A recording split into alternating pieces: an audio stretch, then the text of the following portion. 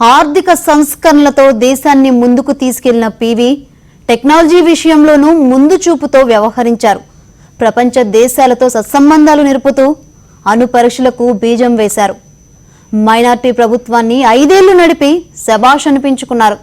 ప్రధానిగా, రాజనీతిజ్ఞుడిగా, ఆర్థికవేత్తగా, సాహితీవేత్తగా ఎన్నో విజయాలు సాధించి పాలనా వ్యవహారంలో తనదైన ముద్ర వేశారు.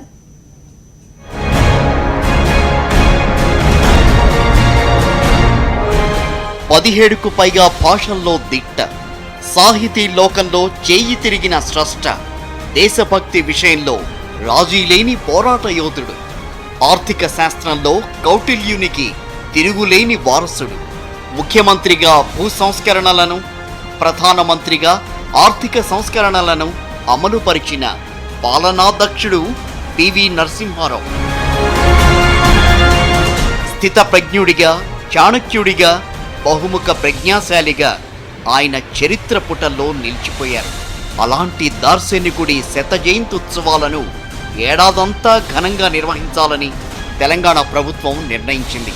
రాజ్యసభ సభ్యుడు కేకే నేతృత్వంలో కమిటీ ఏర్పాటు చేసి అనేక కార్యక్రమాలకు రూపకల్పన చేస్తోంది. దేశానికి ఆయన అందించిన సేవలకు గుర్తుగా అబ్దుల్ కలాం మెమోరియల్ తరహాలో హైదరాబాద్ నెక్లెస్ రోడ్లో పివి స్మృతి చిహ్నం నిర్మించాలని యోచిస్తోంది. భారత్తో పాటుగా మరో 50 దేశాల్లో పివి శత జయంత్యుత్సవాలను ఘనంగా నిర్వహించేందుకు ప్రణాళికలు సిద్ధం చేస్తోంది.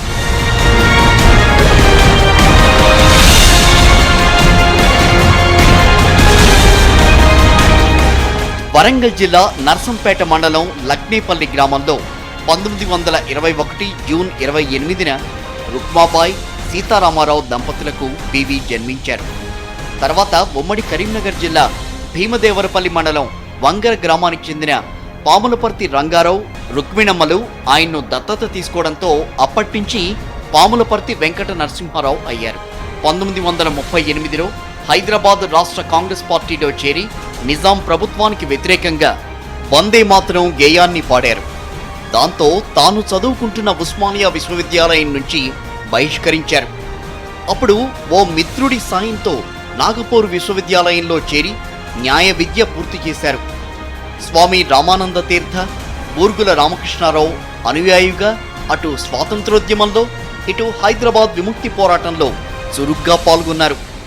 బూర్గుల శిష్యుడిగా కాంగ్రెస్ పార్టీలో చేరిన అప్పటి యువజన కాంగ్రెస్ నాయకులు మర్రి చెన్నారెడ్డి, శంకర్రావు చవాన్, వీరేంద్ర పాటిల్తో కలిసి పనిచేశారు. 1951లో అఖిల భారత కాంగ్రెస్ కమిటీలో సభ్యుడిగా స్థానం పొందారు.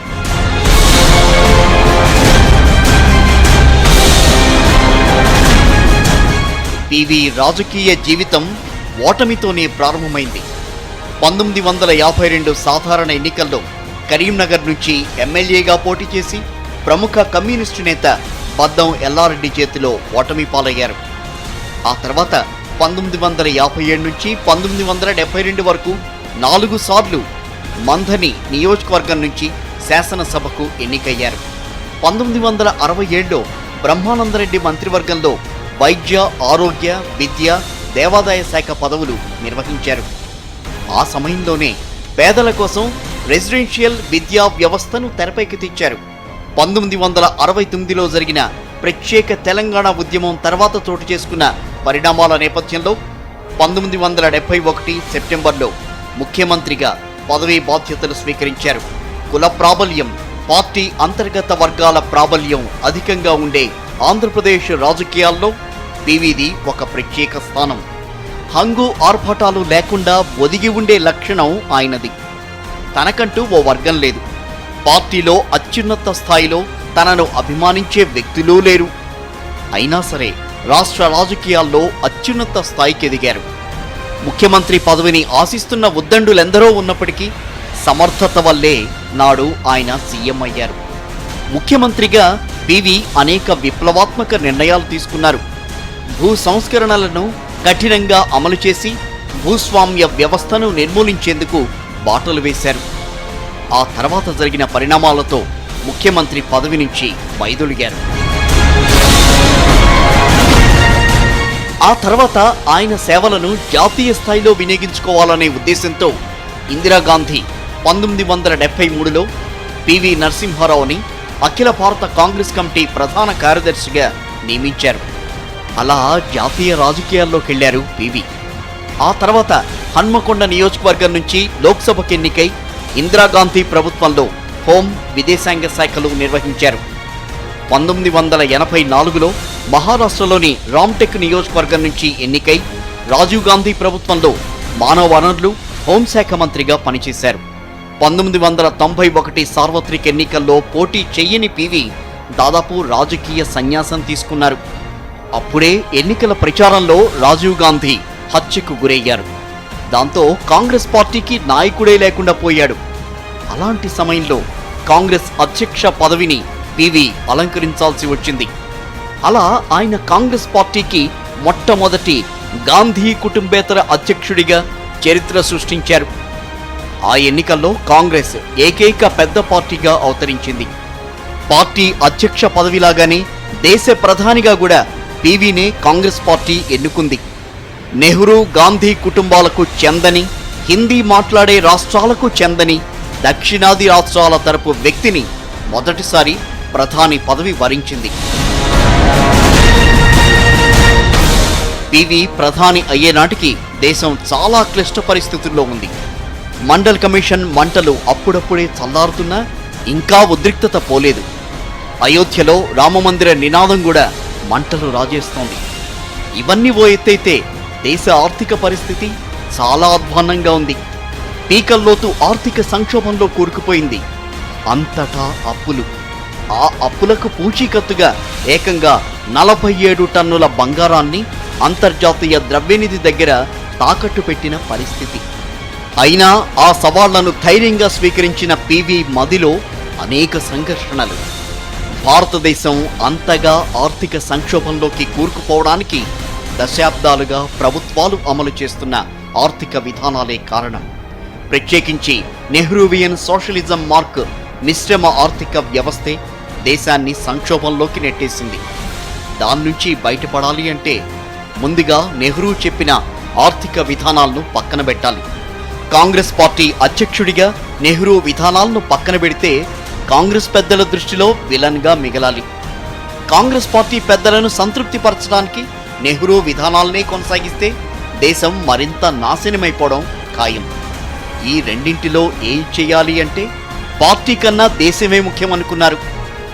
దేశ భవిష్యత్తు కోసమే ముందుకు కదలాల్సిన బాధ్యత తనపైన ఉందని నమ్మారు పివి. ఎంతో సాహసోపేతంగా ఆర్థిక సంస్కరణలకు శ్రీకారం చుట్టారు. ఆర్థికవేత్త అయిన మన్మోహన్ సింగ్ను పిలిచి ఆర్థిక సంస్కరణల అమలు బాధ్యతను ఆయన భుజాలపై పెట్టారు. అందుకోసం ఆయన్ను ఆర్థిక మంత్రిని చేశారు. కాంగ్రెస్ నేతల నుంచి ఎలాంటి ఒత్తిళ్లు వచ్చినా సంస్కరణల వేగాన్ని ఆపొద్దని మన్మోహన్ సింగ్కు పూర్తి స్వేచ్ఛనిచ్చారు. మన్మోహన్ తన పని తాను చేసుకుపోతుంటే ఆయన బృందానికి తానే ఓ రక్షణ కవచంలా నిలిచారు. అప్పట్లో ఆ ఆర్థిక సంస్కరణలను ఇతర రాజకీయ పార్టీలు తీవ్రంగా వ్యతిరేకించాయి. అయితే పివి నరసింహారావు మాత్రం దేశ భవిష్యత్తును దృష్టిలో పెట్టుకుని సంస్కరణల కొనసాగింపునకే మొగ్గు చూపారు. అలా 5 ఏళ్ల ఆర్థిక సంస్కరణలు భారతదేశ రూపురేఖలను సమూలంగా మార్చివేశాయి. ఆ తర్వాత అధికారంలోకి వచ్చిన ప్రభుత్వాలు సైతం పివి ప్రవేశపెట్టిన సంస్కరణలను కొనసాగించి తీరాల్సిన పరిస్థితిని తెచ్చారు. భారతదేశానికి 1947 ఆగస్టులో స్వాతంత్రం వచ్చినా కూడా ఆర్థిక స్వాతంత్రం మాత్రం 1991 జూన్ 21నే వచ్చిందని ఆర్థిక రంగ నిపుణులు విశ్లేషించారు. అంటే ఆయన కృషి ఎలాంటిదో అర్థం చేసుకోవచ్చు. భారత ఉపఖండాన్ని రామాయణం నుండి మొదలు పెడితే దక్షిణ భారతదేశస్తులు ఎవరు కూడా ఈ దేశాన్ని పరిపాలించలేదు. మొదటిసారి మానవ చరిత్రలో దక్షిణ భారతదేశానికి నుండి ముఖ్యంగా మన తెలంగాణ బిడ్డ పివి నరసింహారావు గారు భారతదేశాన్ని 5 సంవత్సరాలు మరి కష్టకాలంలో పరిపాలించారు. పివి నరసింహారావు గారు ప్రధాని కాకముందు దేశ ఆర్థిక పరిస్థితి చాలా ఘోరంగా ఉండే. ఆనాడు భారతదేశంలో ఉన్నటువంటి ప్రభుత్వం వద్ద ఉన్నటువంటి బంగారాన్ని కూడా తాకట్టు పెట్టాడు ఆనాటి ప్రధానమంత్రి చంద్రశేఖర్ గారు. ఎందుకంటే ఆ పరిస్థితి ఉండే ఈ దేశానికి. దేశం సంక్షోభంలో ఉండే. మరి నూతన ఆర్థిక విధానాల పేరిట మరి భారతదేశాన్ని ప్రపంచం లోపట మరి ఆర్థిక రంగంలో పురోభివృద్ధి కోసం, అభివృద్ధి కోసము తీసుకున్న నిర్ణయాలు, ఆనాడు ఆర్థికవేత్త అయినటువంటి మన్మోహన్ సింగ్ గారిని ఆర్థిక మంత్రిగా వారిని నియమించి, ఎందుకంటే అప్పటి వరకు ఆర్బీఐ గవర్నర్గా, యూజీసీ చైర్మన్గా ఉన్నటువంటి మన్మోహన్ సింగ్ గారిని ఆర్థిక మంత్రిగా మరి వారి క్యాబినెట్లో తీసుకొని ఈ దేశంలో ఉన్నటువంటి సమస్యల పరిష్కారం కోసము వారు ముందుకు తీసుకెళ్లారు. పివి నరసింహారావు ఏ నిర్ణయం తీసుకోకుండా నిష్క్రియాపరత్వంతో ఉంటారన్న ఓ అపవాదు కూడా ఉంది. అది ఎలా పుట్టిందో తెలీదు, కానీ అందులో వేసమెత్తు కూడా నిజం లేదు. ఎందుకనంటే ఆయన అధికారంలోకి రాగానే దేశాన్ని మేలి మలుపు తిప్పే కీలక నిర్ణయం తీసుకున్నారు. కాకపోతే మిగతా రాజకీయ నాయకుల్లాగా తన నిర్ణయం గురించి ప్రచారం చేసుకోలేదు. కానీ ఇప్పుడు ఆయన నిర్ణయం తాలూకు ఫలితాలే మాట్లాడుతున్నాయి. పివి నరసింహారావు తన జీవితంలో ఎప్పుడు ఏ పని చేసినా అందులో సంస్కరణాభిలాష ఉండేది. ముఖ్యమంత్రిగా భూ సంస్కరణలను, ప్రధానమంత్రిగా ఆర్థిక సంస్కరణలను అమలు పరిచి గొప్ప పాలనాదక్షుడిగా చరిత్ర పుటల్లో నిలిచిపోయారు. ఆర్థికంగానే కాదు, బీజేపీ ప్రభుత్వం ఎంతో గొప్పగా చెప్పుకునే పోఖ్రాన్ అణు పరీక్షలకు రంగం సిద్ధం చేసింది కూడా పివియే. అప్పట్లో అబ్దుల్ కలాంను పిలిపించి అణు పరీక్షలకు సిద్ధం కావాల్సిందిగా పివి ఆదేశించారు. అయితే 1996 ఎన్నికల్లో కాంగ్రెస్ ఓడిపోవడం, బీజేపీ అధికారంలోకి రావడంతో ఆ పరీక్షలు వాయిదా పడ్డాయి. అయినా ప్రతిపక్షంలో ఉండి కూడా అణు పరీక్షలకు సంబంధించి అప్పటి ప్రధాని వాజ్పేయితో ప్రత్యేకంగా మాట్లాడి ఆయనకు సలహాలు, సూచనలు ఇచ్చి వెన్నుదన్నుగా నిలిచారు. దాంతో వాజ్పేయి హయాంలో పోఖ్రాన్లో అణు పరీక్షలు నిర్వహించగలిగారు. ఈ విషయం చాలా మందికి తెలీదు, కానీ ఒకానొక సందర్భంలో అబ్దుల్ కలామే స్వయంగా చెప్పారు. పైకి మాత్రం చాలా సాదాసీదాగా గుంభనంగా ఉండేవారు. అంటే ఆయన పర్సనాలిటీ అలాంటిది, ఆయన వ్యక్తిత్వం అలాంటిది. కానీ న్యూక్లియర్ పవర్గా మనం ఎదగాలి, శక్తివంతులంగా మనం పరిచయం కావాలి ప్రపంచానికి అని ఒక కమిటీని ఫామ్ చేశారు ఆ కాలంలో. It was headed by the cabinet secretary. చేసి చక్కగా న్యూక్లియర్ టెక్నాలజీలో కావాల్సిన రీసెర్చ్ అంతా చేసి మొత్తం న్యూక్లియర్ టెక్నాలజీ రెడీ చేసి పెట్టుకున్నారు. ఈ విషయము 2004 అంటే పివి గారు చనిపోయిన తర్వాత వాజ్పేయి గారు చెప్పారు. ఇది ఏంటంటే మొత్తం రెడీగా ఉంది, నేను ఈ టెక్నాలజీ అంతా మీ చేతిలో పెడుతున్నానని. అంతే, పివి గారి తర్వాత వాజ్పేయి గారు వచ్చారు కాబట్టి అది వారికి అప్పచెప్పడం జరిగింది అన్నట్టు. కాబట్టి న్యూక్లియర్ టెక్నాలజీ ఆయన అద్భుతమైన కృషి చేశారు. అలాగే స్పేస్ టెక్నాలజీ కూడా చాలా మంచి పని జరిగింది ఆ కాలంలో. ఈరోజు మనం మొబైల్ టెక్నాలజీ చూస్తున్నాం. ప్రతి మొబైల్ ఫోన్ లేని ఎవరు కనబడరు ఇవాళ. ఆ మొబైల్ టెక్నాలజీ అంటే ఒక టెలికాం రెవల్యూషన్ తెచ్చింది ఆ కాలంలోనే. రాజకీయాల్లో క్షణం తీరిక లేకుండా ఉన్న సమయంలో కూడా పివి తన ఇతర వ్యాసంగాలను వదిలిపెట్టలేదు. తనకు ప్రియమైన సాహిత్య కృషి, కంప్యూటర్ను ఉపయోగించడం వంటి పనులు చేస్తూనే ఉండేవారు. పివి చేసిన సాహిత్య కృషికి గుర్తింపుగా కేంద్ర సాహిత్య అకాడమీ పురస్కారం అందజేసింది. ఆయన రచనల్లో ప్రఖ్యాతి చెందింది ఇన్సైడర్. అది ఆయన ఆత్మకథ. లోపలి మనిషిగా తెలుగులోకి అనువాదమైంది. విశ్వనాథ సత్యనారాయణ రచించిన 1000 పడగల నవలను సహస్ర ఫండ్ పేరుతో పివి హిందీలోకి అనువదించారు. ఈ పుస్తకానికే పివికి కేంద్ర సాహిత్య అకాడమీ బహుమతి వచ్చింది. ఇన్సైడర్ పేరుతో పివి రాసుకున్న ఆత్మకథను ఆ తర్వాత అనేక భాషల్లోకి అనువదించారు. పివి వేరువేరు కలం పేర్లతో అనేక పత్రికలకు ఆర్టికల్స్ కూడా రాసేవారు. మాతృభాష తెలుగుతో పాటు 17 భాషల్లో అనర్గళంగా మాట్లాడగలిగిన ప్రజ్ఞ ఆయనది. 1983 అలీన దేశాల శిఖరాగ్ర సమావేశానికి హాజరైన పివి స్పానిష్ భాషలో మాట్లాడి అప్పటి క్యూబా అధ్యక్షుడు ఫిడెల్ కాస్ట్రోను అబ్బురపరిచారు. సుదీర్ఘ రాజకీయ సాహిత్య ప్రస్థానంలో ఆయన విజయాల గురించి ఎంత చెప్పినా తక్కువే. ఒక్క మాటలో చెప్పాలి అంటే స్థిత ప్రజ్ఞతకు, మూర్తీభవించిన వ్యక్తిత్వానికి నిలువెత్తు నిదర్శనం పివి. పివిని తీవ్రంగా అవమానించిన కాంగ్రెస్. వివరాలు బ్రేక్ తర్వాత చూద్దాం. దేశాన్ని ఆర్థిక సంక్షోభం నుంచి గట్టెక్కించిన పీవీని దేశం మొత్తం పార్టీలకు అతీతంగా గౌరవించుకుంటుంది. బహుభాషావేత్తగా, దార్శనికుడిగా ప్రతి రంగంలో తనదైన ముద్ర వేసిన పీవీని కాంగ్రెస్ మాత్రం తీవ్రంగా అవమానించింది. చివరకు ఆయన పార్థివ దేహాన్ని ఏఐసీసీ కార్యాలయానికి తరలించకుండా అడ్డుకుంది.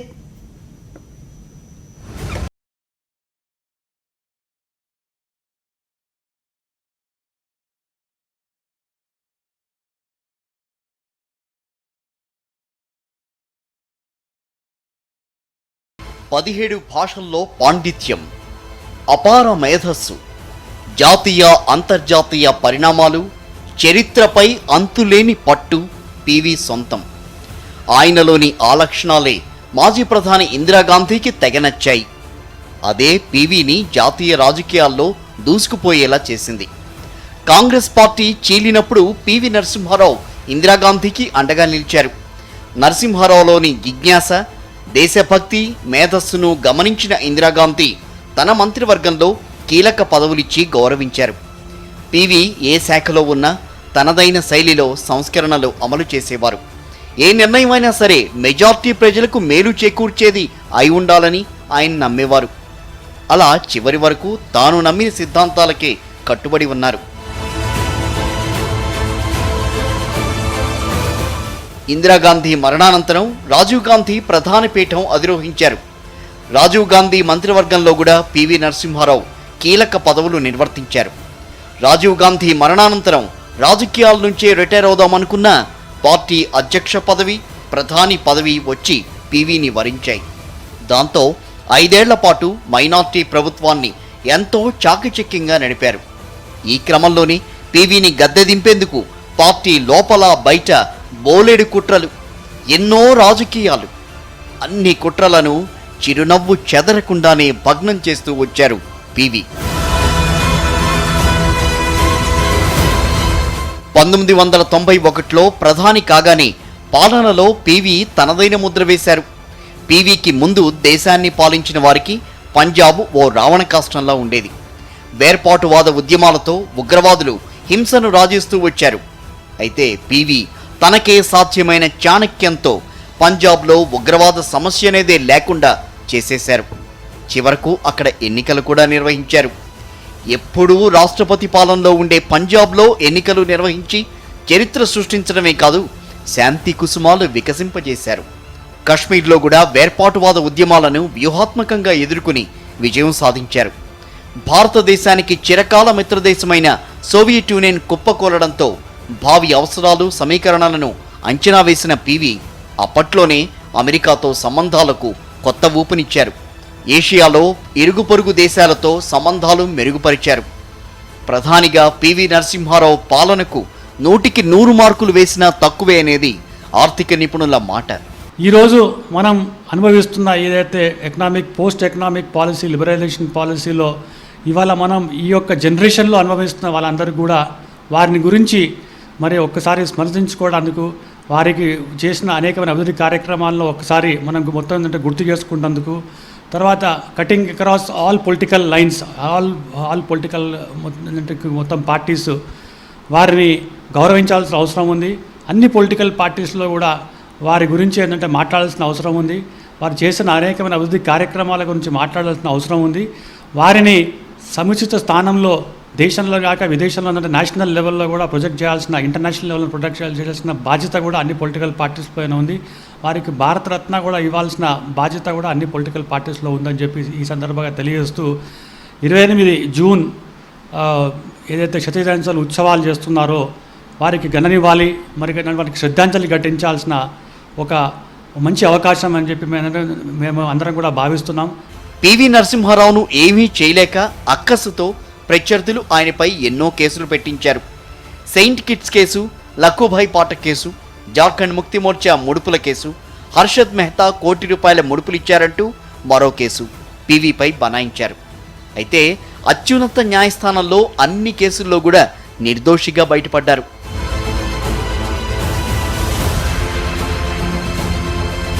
పివి ప్రధానిగా ఉన్న సమయంలో అయోధ్యలో రామమందిరం నిర్మాణం ఎజెండాగా బీజేపీ ముందుకు సాగింది. ఆ సమయంలో బాబ్రీ మసీదుకు ఎలాంటి నష్టం వాటిల్లనివ్వబోమని ఇటు బీజేపీ అగ్రనేతలు, అటు ఉత్తరప్రదేశ్ ప్రభుత్వం కేంద్రానికి, భద్రతా వ్యవస్థలకు, సుప్రీంకోర్టుకు కూడా మాటిచ్చాయి. అయితే ఆ తర్వాత మాట తప్పి బాబ్రీ మసీద్ విధ్వంసానికి ఒడిగట్టారు. ఆ వెంటనే రంగంలోకి దిగిన పీవీ దేశంలో అశాంతి రగలకుండా చేయాల్సిందంతా చేశారు. బాబ్రీ మసీద్ విధ్వంసంపై దర్యాప్తు చేసిన లెబరహాన్ కమిషన్ సైతం పీవీని, నాటి కాంగ్రెస్ ప్రభుత్వాన్ని నిర్దోషులుగా ప్రకటించింది. అయినా కాంగ్రెస్ నేతలు బాబ్రీ పాపం పీవీదేనని, ప్రధాని పదవి సోనియా భిక్షేనని తరచూ విమర్శిస్తూ ఉంటారు. ఎవరు ఎన్ని విమర్శలు చేసినా అపరమేధావిగా, సంస్కరణవాదిగా ఆయన ఎప్పటికీ చరిత్రలో నిలిచిపోతారు. ప్రధాని పదవి నుంచి దిగిపోయాక పీవీపై అనేక ఆరోపణలు వచ్చినా పులుకడిగిన ముత్యంలా వాటి నుంచి బయటపడ్డారు.